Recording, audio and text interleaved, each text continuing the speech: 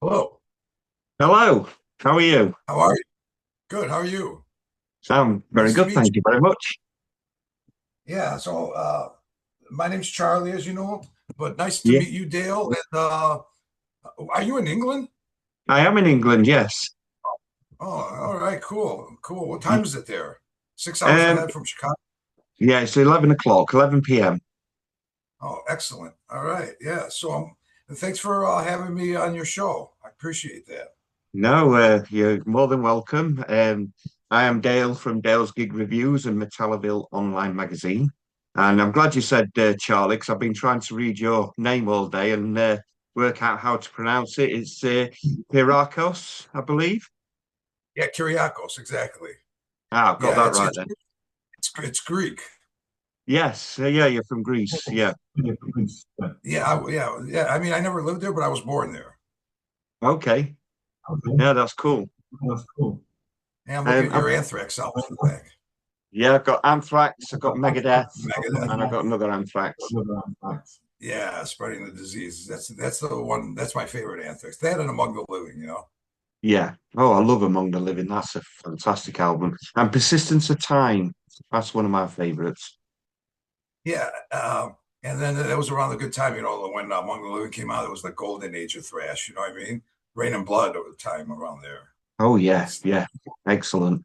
So some really good. See, I had a few Slayer albums and I had a few Megadeth albums, and unfortunately, as the years have gone on, I don't know what happened to them. They're no longer in my collection. Yeah, I got in this room that I'm in here. You can't tell, but I got like 6,000 CDs. Wow. Yeah, and now after I love my CD collection, but then after a while, now I'm going. I listen to everything on Spotify because convenience. You know what I mean? I go Yeah. now. My CDs. What you could call me a hoarder. Then I'll be on a hoarder show with CDs. I prefer collector. Yeah, yeah. I always want the physical product, but now the thing is, like when you go out every day, like just to find them is a mess because they're not enough to go order. That's the Yeah. problem. I should have did that from the beginning. They're like for if I wanted to find, let's say, Slayer, Hollow Weights, or anything, it doesn't matter. It might take a whole day.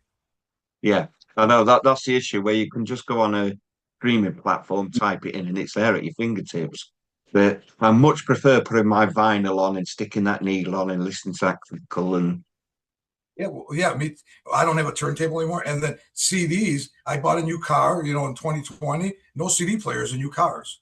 no, It's just no. Bluetooth. You know what I mean? So that's the thing.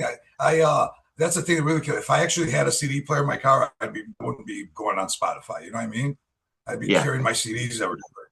You know, In one of but them folders and you've got to spend ages trying to find which CD you want to listen to. yeah, I should have alphabetized them, man. I don't know why I didn't do that because I actually organized them. Like I don't know if you could see them back there, but Yeah. you could only see parts all the way down that way under the bed and stuff. So they're really not organized. And I got a Yeah. lot of cassettes, a lot of cassettes. Yeah. I What do you love do with those? cassettes. Yeah, I Yeah. gave I gave my 50 the other day. Like I go, don't lose it because these are real cassettes. They're not copies. And the covers, most of them are pristine. You know what I mean? Like they Yeah. look like they've never been used. And I'm trusting a 14-year-old girl with them, and my baseball card collection. So we'll see. Ooh. Ooh. Yeah, The I worst gave her thing my. is when you oh, sorry, go on. I had when she was like a real, preteen. I had a Fonzie doll. Fonzie from Happy Days. Yeah.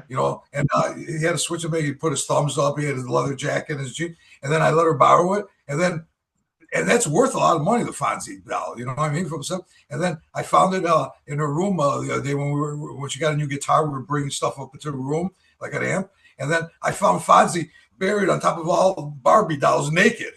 I go, "Where's Fonzie's clothes? What happened here?" He said, "I'm sure he likes to sit on top of all these Barbies." But I go, "Man, what happened?" And she goes, "Ken wanted his pants." Barbie and Ken. Then I told her that today. I go, "Man, you better not do what you did to Fonzie with my cassettes and baseball cards." The worst thing is with cassettes, I love cassettes, but you always got that bit where it started chewing it up, and you have to get your pen and put it all back together. Yeah, I remember when we had Number of the Beast when we were kids. Me and my brother were fighting who's going to listen to it. Not only did all the lettering wear out, that we started at the end, and we had it messed up, and that was a sad day because back then it wasn't like we were kids. You know what I mean? You Yeah. lose that was like losing something important. And then also I remember briefly right when I was getting 8-tracks, we were at the tail end. Like I remember my older cousins had those 8-tracks, and I remember like they were listening on an album, and then it'd stop in the middle of the song, and then go to another track. So that wasn't a good one. The 8-track. No, no. Oh dear. So you formed back in 1985, I believe, your band Aftermath, which is who we are here to talk about. Yes, 85. We formed in 85, October 31st, Halloween night. Oh wow. It was me. It was me, myself, Steve Sacco, guitar, and Ray Schmidt, drums. And it's us three in the band still, you know. But we've had multiple bass players, but the bass player we have now, George, has been with us since 2019, since we reformed, basically, you know. And I'll wait for you. I was going to start going through. I was going to answer questions you didn't even ask, but you know, 85 was great year for a great year to start a band when you're kids and you want to first band, right? I never was in a band. Well, I was never in a band before. I just jammed with some people to see, you know, just for fun. So starting a band in 85, and I was into the underground scene. That's all I cared about. You know, I disregarded at that point all the classic metal, you know, Priest, Maiden, Sabbath, all that shit. Like for us, it was all about the Slayer, Metallica, Anthrax, or whatever. You know what I mean? Megadeth, Voivod, Sodom, Destruction, Creator. And then, so imagine forming a band then, and you enter a genre that's basically in its infancy, you know? Yeah. Because you know, it's like I imagine joining. It'd be so much different if at that point there was no underground and we just started playing metal and we were just another band playing Maiden, Priest. You know what I mean? It wasn't. Yeah. It'd be great if you could do, but it was so. I can't describe the feeling of entering a genre right when it's almost like being one of the early rock and roll people. You know, when rock and roll started back in the day. I bet it was an incredibly exciting time as well because there were so many fantastic bands out. It was so exciting. And plus, everything everybody's doing now with the internet, clicking one button. Think about it. We were doing it with snail mail, like writing letters. That was work. We'll walk into a post office and everything. And we were getting little demos like Our Killing Future demo or any band's demo, like even Metallica with No Life Till Leather. Look what happened. Well, look what happened with them. They ended up becoming the biggust band in the world. But I mean, you got it all around the world, even little bands. Like I remember going to Europe, in like 87 maybe, like after we were out, and the kids in Athens we were hanging out with, they knew more about the underground scene than kids here in America. They were asking us about the Chicago scene, you know, like about Master and all the Chicago early death, because Chicago had a great scene. And one thing, if you were around back then, you'll know, whether it was Creator, Metallica, Artillery, I mean, it doesn't matter. Every band sounded different, man. Yeah. Nobody sounded the same. I mean, Celtic Frost. Nowadays, I don't care what anybody says. Nowadays, it's kind of hard to distinguish bands. They all kind of sound generally the same, basically. You know what I mean? And back then, it was just a renaissance of heavy music. It's incredible how the word got around. To say that, like you say, snail mail, but how the word got around for different bands, even over into the UK from American bands. It's incredible. Yeah, because right now, when I think back now, it's been long enough to think we did all that, man. That was a lot of work because we're so used to nothing. You know, and you saw cook there, you got it. Back then, man, all the efforts, man, it was a lot. And who knows what kind of post office had long lines. There were women usually working at post office. I don't want nothing against what color they were, black women. They were bigger black women that, you know, they didn't take shit back there. You know, they took their time. You know what I mean? You couldn't rush. So you could have been sitting there with 20 packages in a line of 20 people when you could just press a button now. So right now, I mean, it just blows my mind because especially when I traveled to Europe at those years where I'd go to a record shop, any city I'd go to, we'd find the record stores. If we were in England, we went to find Shades, you know what I mean? Yeah. Amsterdam, we found, you know, Copenhagen, because we went through Europe in 88 just as tourists, right? And then they knew everything, man. Like we were talking about, like underground, more than kids here, more than my friends here. Not that people didn't know here, but there it seems in Europe it seems like they were more fanatical. You know, like Yeah. I remember in Athens there was one guy they called Slayer, and he had the Slayer Hollow Weights painted on the back of his vest and everything. He had the long hair like Kerry King. He looked like Kerry King back then, and they were naming every guy from their bands. I remember, hey, you guys got to meet Slayer. Slayer's coming. Or I remember one kid like Creator a lot, and I remember they were all calling by their favorite band names. You know, it was their identity. You know, amazing. You know, too bad we For weren't there now. You know, go Yeah, for briefly. me, You know, like, the first four Megadeth albums sort of shaped my childhood as well as Iron Killing Maiden. is like, Yeah, but the first four Megadeth albums, and then I discovered Slayer and Anthrax, and it's incredible because the way you found it as well. It's the covers that attracted you. But now with the internet and Spotify, the music seems to be a lot more diluted, and it's harder to find the bands that you want. You know, a new band, you almost have yeah, to stumble across them. yeah, that's right. Because I go on Spotify, new metal. You know, just go to the metal thing. It's endless. First of all, the names of the bands now are insane. You know, you couldn't even Yeah, because they're so. I think they ran out of the good names, and now they're the names are weird. Especially, I like the ones that are unpronounceable. You know, the black metal like Sansa Baza Gaza Waza, whatever the hell it is. But back then, the cover was so important because going through my records, favorite records for Rolling Stone records, it's still around. It's one of the only ones left.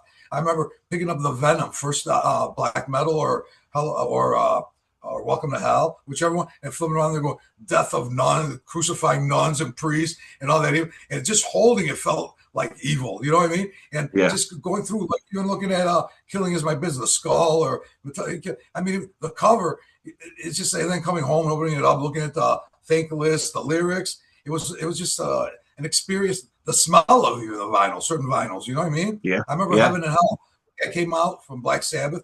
There was a certain smell of that from that whatever it was. I remember the plastic inside the sleeve was it just had Warner Brother logos, but it was see through, like the see through sleeve. And I yeah, just remember it till this day. And then what was I going to say about And now the cover means nothing now. It's almost like a shame. You got to have great art. Nobody really pays attention, especially young kids. Not at all, really. You know, yeah.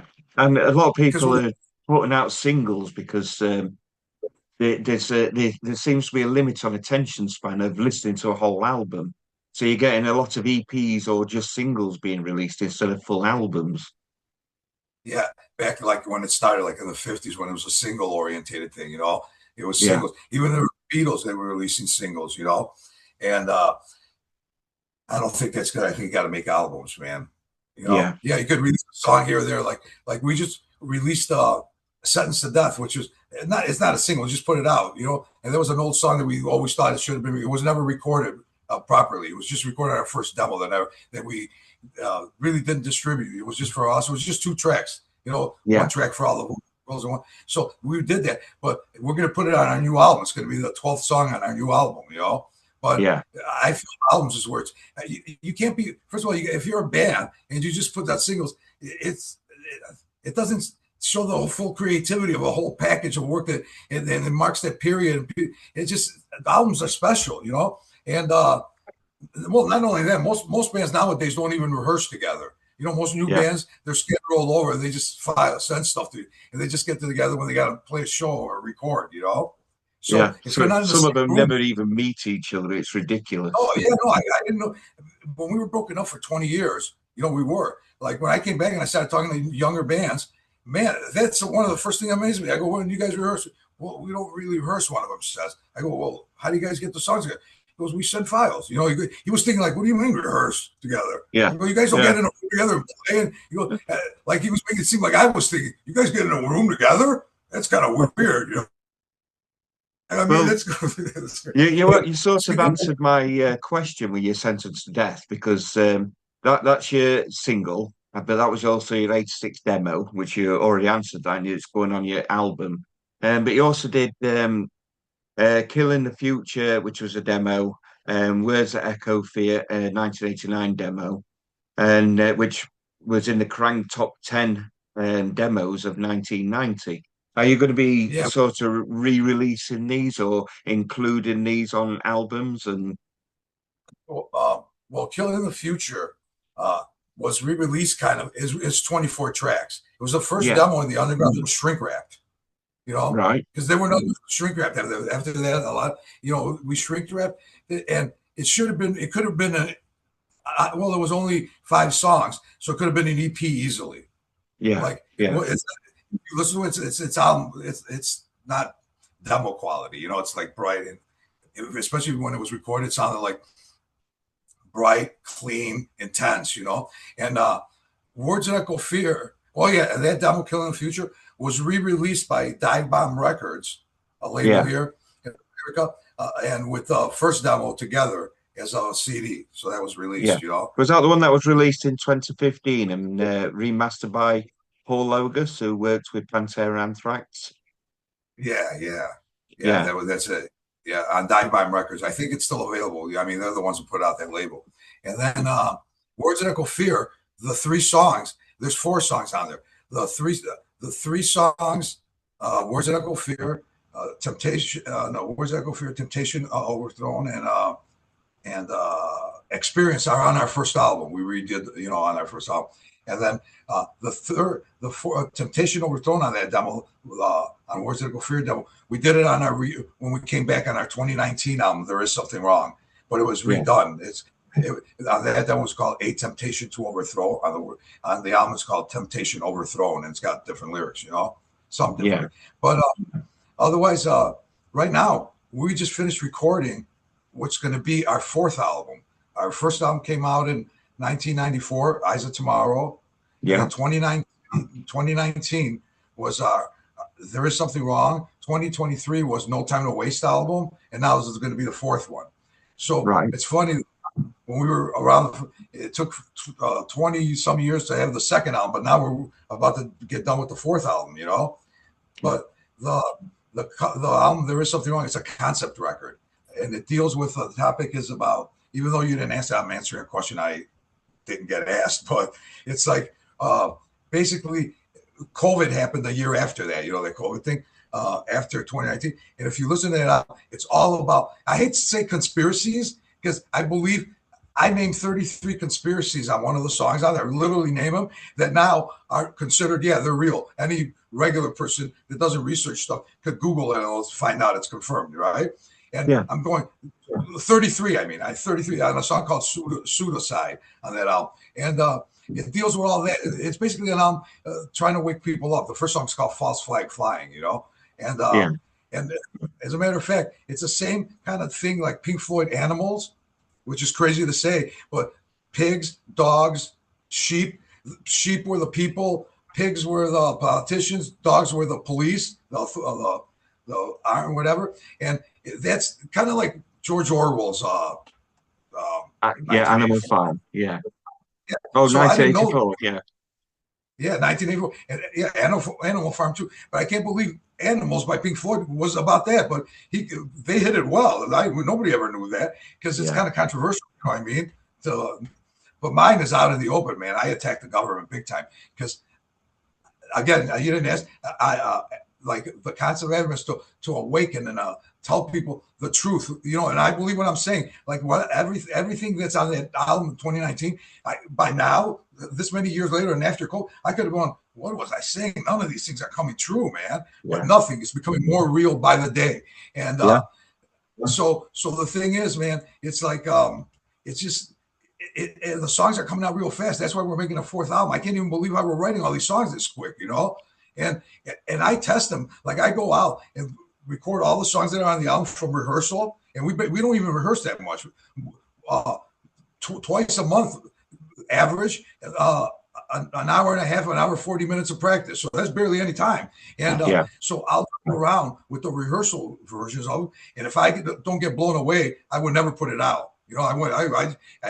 I did that during the first album, 2019, and because everybody stopped because of COVID. And I remember when it was weeks, and I go, I'm going to take a ride. I told the whole band, I'm going to take a ride. I'm going to listen to it. If I'm not getting blown away, we're just going to scrap it, Because I feel insane to come to you or anybody and go, hey, our new album's out. Check it out. And nowadays, anybody with the phone, just say the name. 2 seconds later, they'll have it on their phone. It's not like they go to the record store. It could be a grandmother and then they go, what's Charlie talking about? This music stinks. You know what I mean? So why would you want to do that? You can't. I know bands do it. Like they'll go, "Our new album's great," right? But come on, man. You know, in most cases it's not. You know what I mean? But Yeah, by the well, way, Megadeth, the first album hit #1, their album on the charts, yeah, Billboard. yeah. Yeah, so that's the Well, first #1 album. in this And you, country, we're definitely living 1984. We're just a few decades late. That's all. There's people who's being sentenced in prison for offensive tweets, while people who are how abusing many? children are getting less time in prison. Yeah, a couple thousand of them have been arrested. What's the Yeah, number? Like 2,000 people? it's ridiculous. We're literally living in Yeah, for 1984 in saying, this. yeah, for saying online, yeah, we don't believe in migration, and they arrest them. Yeah, so I mean that's bullshit. I mean, you know what the elite did? They let all the migration to destroy all the white nations and all the liberal, the regular, bring chaos in, cause in like almost civil wars happening here now. They're making the blacks and whites hate each other now. It was never like that when we were growing up, man. In the '90s, especially in the metal scene, I didn't know one prejudiced person in the world. Nobody cared Yeah, what color you were. Now everybody's talking about color and yeah, stuff like that. So it's about Agenda 2030. It's about the parasites that run the world. It's basically the enemy is the 1%, the elite bloodline families that run everything. And the enemy of all of us, 99%, is 1%, but they got us fighting. It's almost like the Wizard of Oz, the little midget running everything. You wouldn't fear him. If we knew what they were doing, they're all pedophiles. They're all disgusting human beings. Like yeah, Republican, Democrat, all politicians are parasites, every yeah, one of them. They're just playing. First of all, the ones that are appointed, they're not the real leaders. The real leaders are the bloodlines. They don't. You don't know who they are. People talk Rothschild, or all these bloodlines, but it's them. It's so few. They're the inbred blood. Actually, if you want to get deep into it, they're like almost like biblically the fallen angels that came down here to rule the world, like Satan rules this world. You know that. I yeah, mean, yeah. that's They're all why. sat That's up why there with their big feasts and all their money, and they're looking down at us lot and just laughing because we're all imploding. they're all laughing, of course, because look right now what's happening in America. There's people fighting about ICE, and people.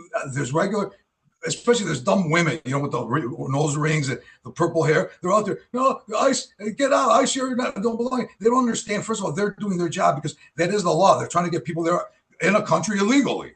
Like I had to get a green card, because I wasn't born in America. I mean, I Yeah, didn't sneak in or anything.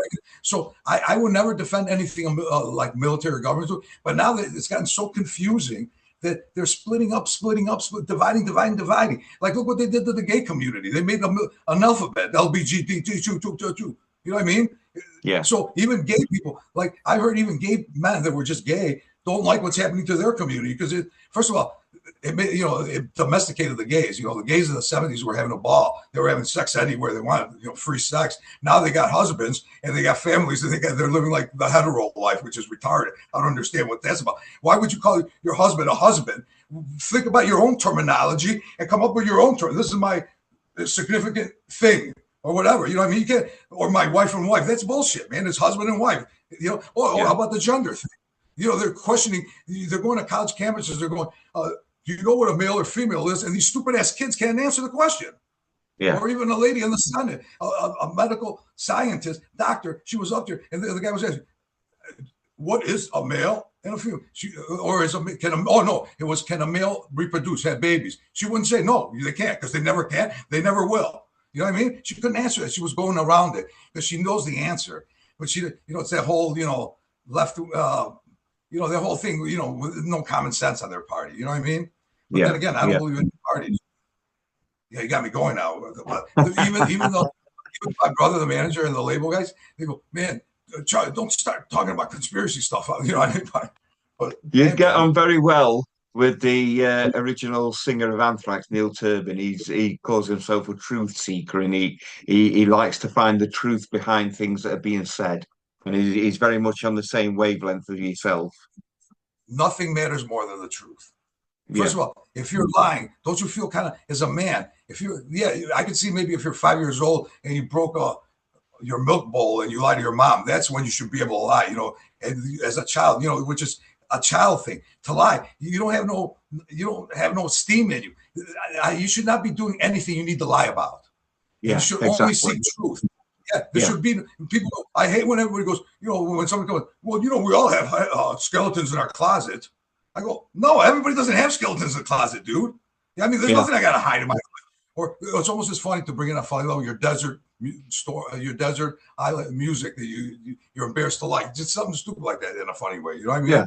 Like, Uh, there's nothing you should be able to hide because secrecy is. First of all, it's bad. I'm not going to explain.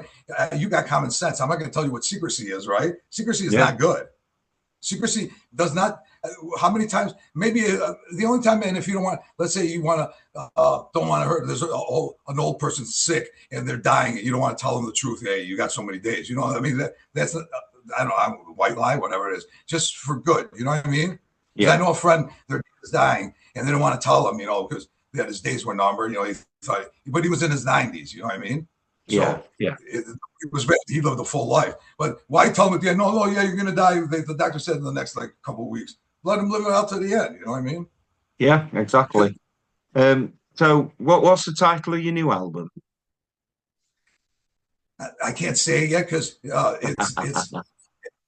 but it's totally about it's in a way where if you don't know what I'm talking about, you won't know what it means. But it's about entering the 2030 decade. Because man, if everybody's in that slaves without chains is right around the corner. We're already entered the new world order. Yeah, Like George Bush said back then. I don't know, an old speech in 1980. George Bush, that the senior Bush, with his crazy voice. A new world order, and believe me, it will. New world order. The whole speech is famous. They weren't saying that stuff for no reason. They were mean. Like it. It's funny because when I see people that don't know what's coming up and they're talking about their future, what are we going to do with this business? I go, man, you have no idea what's coming up because it's like, first of all, it's bound to happen because they're replacing every job with AI. Even where I work part time at UPS at O'Hare Airport, loading the airplanes, I Googled it. UPS, robotic. They got machines now doing whatever, loading it. Where all those UPS workers, like there's 500,000 this year. They're going to lay off. Last year they laid off, I don't know how many, but this year 30,000 employees.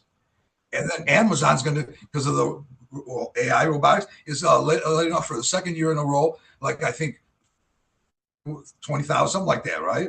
UPS is closing 8 major facilities. UPS, because it's if you're replacing drivers, even for the big trucks, go to YouTube, go AI robots driving trucks. They're out there. They're doing it. They're not in the making stage. They're already done. You could see them. So everybody's going, yeah, at least truck drivers are going to be safe.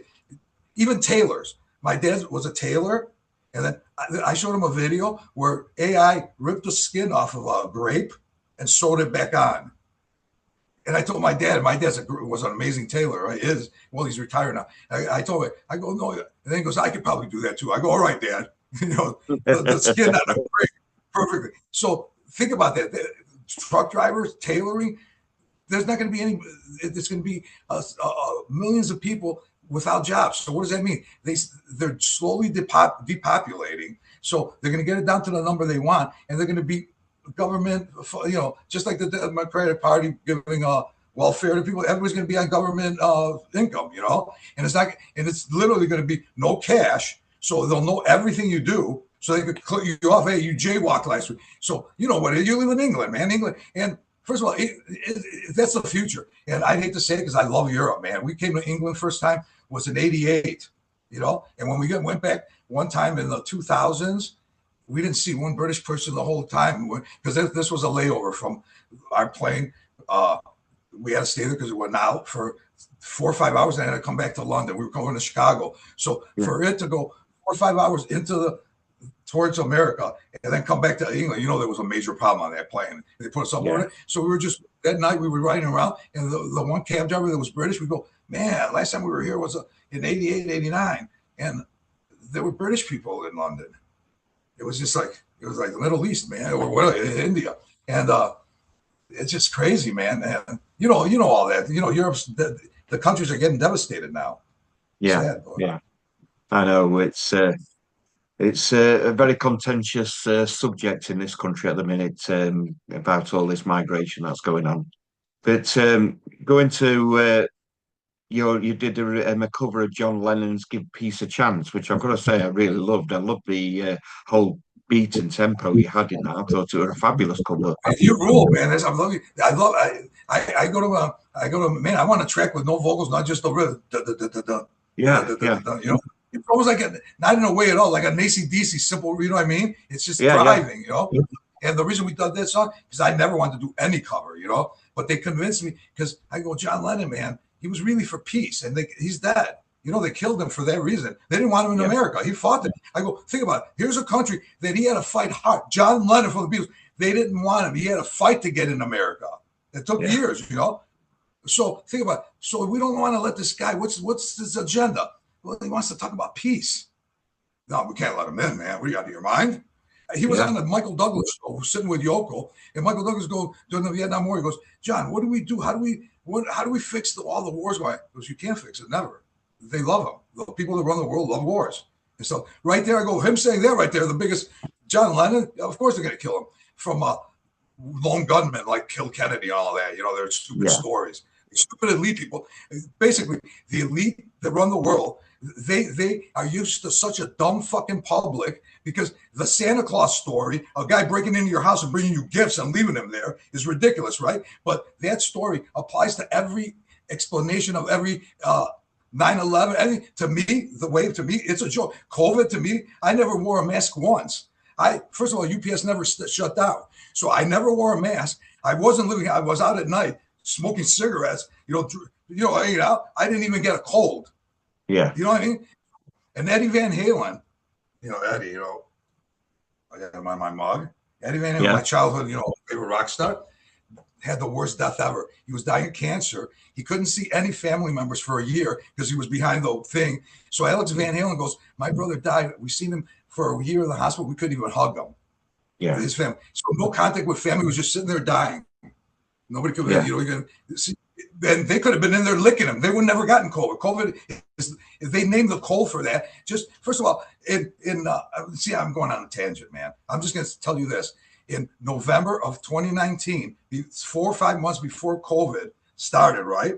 They had a little meeting called Event 201 down in South America, and I happen to watch it. It's the most boring thing. They're just sitting there kind of talking about it. It's not nothing video. It's just that, and they go, yeah, what if we had a pandemic? Literally, they said, upcoming pandemics, how do we do that? Well, that we'll have 6 feet apart things. We'll mask everything that happened 4 months later. You know what I mean? And there was proof. Anyways, it was a big scam. Like I said, the elite, the 1% is our enemy. Everybody everybody, black, white, everybody else, just realize we should all be together, man. We should not. I mean, it doesn't matter what you are. 99% of the people, it's too bad it's not going to happen. We need to unite. Wizard of Oz, man. If Dorothy knew from the beginning, right? That's right. And trouble is, we can't click our heels and go back, can we? Unfortunately. Yeah, they were telling us. First of all, they tell us everything that they're doing. It's just they got some kind of thing. They announce it in a way it's hidden in movies, or because Hollywood and all that. That's all from the beginning. Television, it's just a television. It's from the beginning. Like even in Congress, you see old archive footage where they were fighting in the beginning about putting subliminal things in. They were selling us poison from the beginning. Like what was the thing I just found out? Some cream, when you're cooking and you put it on or whatever that thing was terrible for you. And they knew it from the beginning. They knew cigarettes were bad for you as I smoke, but it's not like they ever wanted to, like when politicians are out there, people got to realize they don't care if we live or die, man, or they want us to die. It's not like they ever were. They're not there for us. They're not there to do any good for humanity. No, definitely not. Like the old saying, there's no profit in peace. They're only out to make money and make sure that the money keeps coming in for them. Yeah, and see, the thing is, the ones that really run the world have all the money because that's why they even came out, and the 99%, 1%, they're the ones that came up with it a couple of years ago. Where there's 1%. When I was little, all those years in my teens, I would have gone, only 1% of the world has all the money. Why even bother? The land of dreams, become. not that I ever cared about becoming a millionaire. That to me is crazy to have things all over. Like, why would you want all that stuff? It would just stress me out. You know what I mean? And the older I get, the less I want, man. You know what I mean? It's like right now, if I had a job right now that was making a couple thousand a week, if I became a driver at UPS, and I could, and I had a lot of money, I'd be working like 80, 90 hours a week. My bank account would get huge. Time is flying. I'd end up being 60, 70 years old. I have like $1 million in the bank, and there's nothing I want to buy. Yeah, exactly. So you've got your new album coming out. You've got your new single, which is Sentenced to Death. They Die, You Die, which I think is a great title. And so when is your new album coming out that you can't tell me the title of?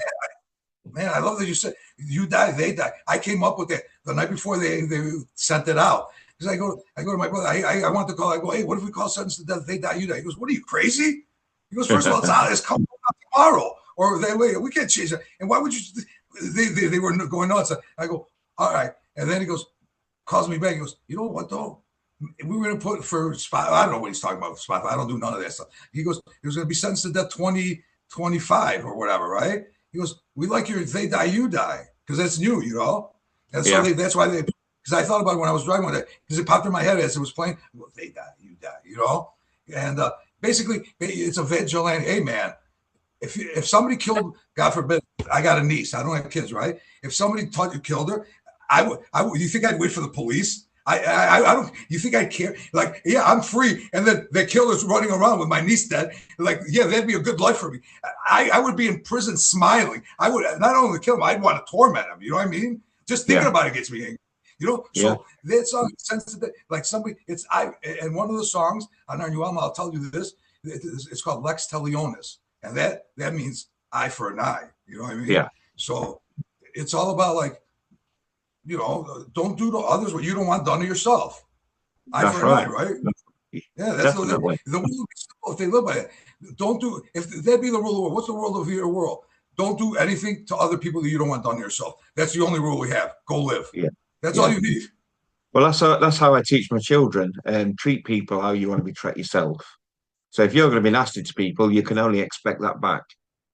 Yeah. Yeah, like I remember one time when my niece was real little, because she was real beautiful, right? She was going, yeah, I'm beautiful, because everybody was telling it. And we were in Greece on vacation. I was holding her. She was like 5 years old, 4. She was a big, and she got stung by a bee that day too.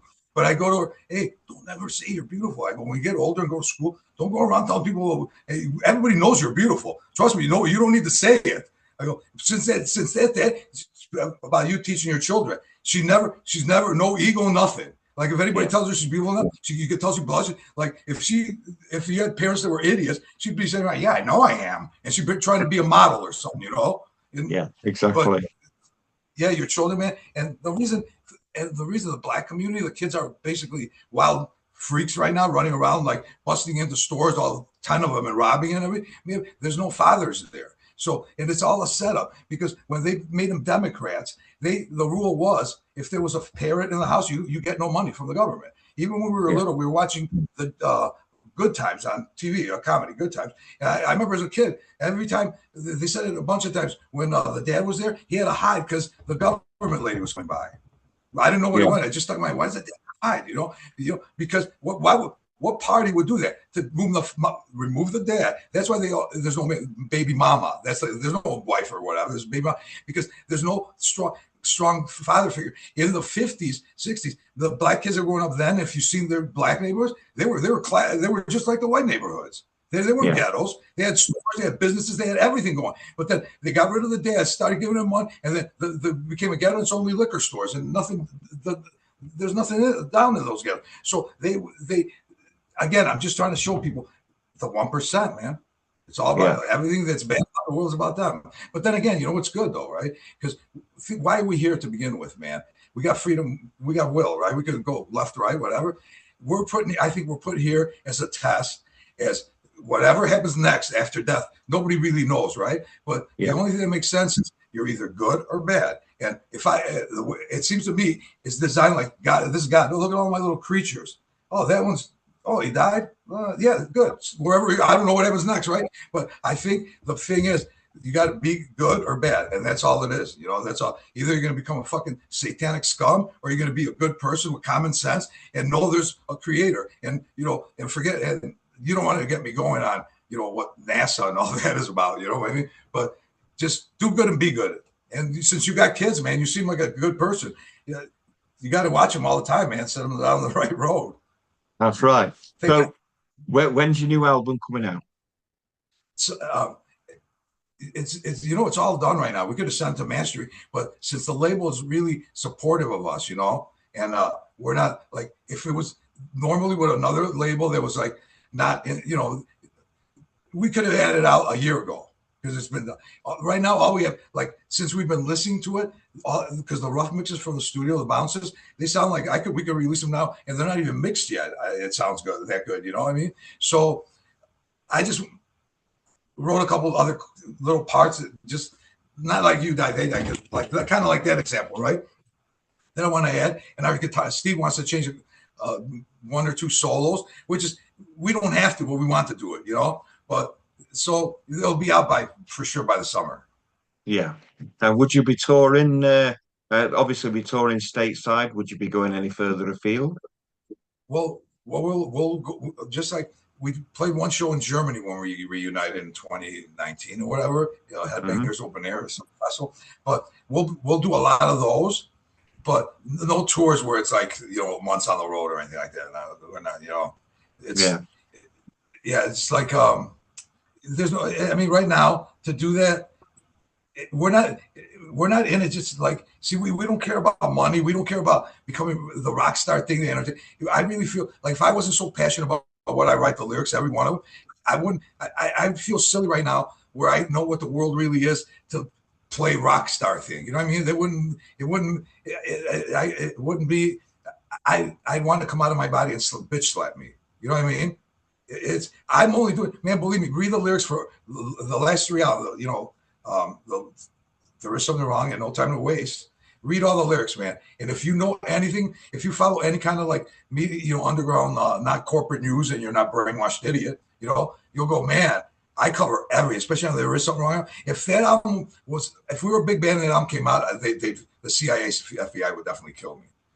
I mean, I go into detail, you know, I mean, because it's a concept album. The in-between stuff, like the little noises and the little interludes, those cover tons of information in them. You know what I mean? That's why. So, because what I'm hinting at is you coming over to the UK, so I could actually meet you, which would be fantastic. And if you can come over and play over here, would be brilliant. Oh, we'll definitely want to play there, man. I want to put. I'm telling you, I love Europe, man. I'm Europe. You know, I'm from Greece, I've been to Greece 25 times. Yeah, I've been to England. I've been to England 2 or 3 times. I've been to Amsterdam 5 times. I've been to Copenhagen, Italy, Germany, Belgium. So the only reason I did, I never went down. I mean, South America, yeah, I would have gone. But I mean, I kept going to Europe every summer because I just love Europe, man. I thought Europe was cool. That's why it angers me when the European cities are losing their Europeanness, you know? When I go to England, I want to see British people everywhere. I mean, I want to hear British voice everywhere. I want to hear any other voices. Yes, tourists maybe, but trust me, if I'm walking those streets, man, I might not walk by peacefully because I go, where are the British people, man? So, and if I was in one, go ahead, so on your new album, is it going to be released just on streaming, or is it going to be physical copies like a cassette, CD, vinyl? Yeah, it'll be. I know there's vinyl for There Is Something Wrong album, but there wasn't for No Time to Waste. But on this, there'll be vinyl. There'll be CDs too. Oh, and, that's great. Yeah, and it's through bigger distribution because the label right now, TLG Zoid, it's going through Virgin Records, you know, and it's a label we started for the Eyes of Tomorrow album, because Eyes of Tomorrow album came out in '94. It was really supposed to come out in '88, but the label that we were signed to, which was part of Metal Blade, it was Big Chief Metal Blade, but went bankrupt in the middle of us recording it. So it took us 4 or 5 years to pay off the studio to get our album. Otherwise, we could just record over the tape. Yeah, it would have been, because it's technical progressive thrash. The first Aftermath demos, and we got known as a crossover. even though there was the word crossover wasn't around yet, because all the guys said thrash core back then, thrash core Yeah. 4-piece from Chicago. Because Killing Futures, basically, when I heard Kill 'Em All, I go, this sounds great, man, for Whiplash and Hit the Lights. But I go jump in the fight, and some of the other songs sound too regular metal, but played by a band that's not that great at their instruments or vocally. Because it wasn't Judas Priest, man, or Iron Maiden where they sounded brilliant. You know, you heard the first Metallica, you go, singer doesn't sound pro. You know? But when you heard Whiplash, you go, oh my God, this is amazing. You know, I go, why couldn't they have a full album of Whiplash? So I go, I'm going to form a band. I never even thought, I didn't even know how you do it. I wasn't a trained musician. I tried to play guitar, but then when you went to lessons, they had to make you read the notes. And I go, this is like school, so I couldn't handle it. You know, so I quit. So I had no training. So I just put this band together. I go, I want to do this, blah, blah, blah, right? So we put out that demo, and it got popular all over the world. Metal Forces loved it. It was picked one of the 5 best bands with Atrophy, Anacrusis, Angel of Death from Australia, Hobbs, and Leviathan, which was Chris Barnes' first band from Cannibal Corpse. As the 5 best underground bands, they put out a vinyl. Here, hold on. This is it right here. Right here. Oh, that's fantastic. Yeah, brilliant. So this is from Metal Forces. So they called us up out of nowhere. It's Bernard Dole with a British. I thought somebody was pranking me, and I hung up on them. Because this is Bernard Dole, is this Charlie there? You know, and I go, who is this? And it was static, you know, back then the phone. It's Bernard. I go, hang up, I got another call. He goes, it's Bernard Dole. And then I loved Metal Force. Every month I waited for it to come out, you know, and it was expensive, you know. And then I was reading it, and then I just sent in the demo to get reviewed, and then this made it explode. This demo, plus all the other magazines that it was covered, right?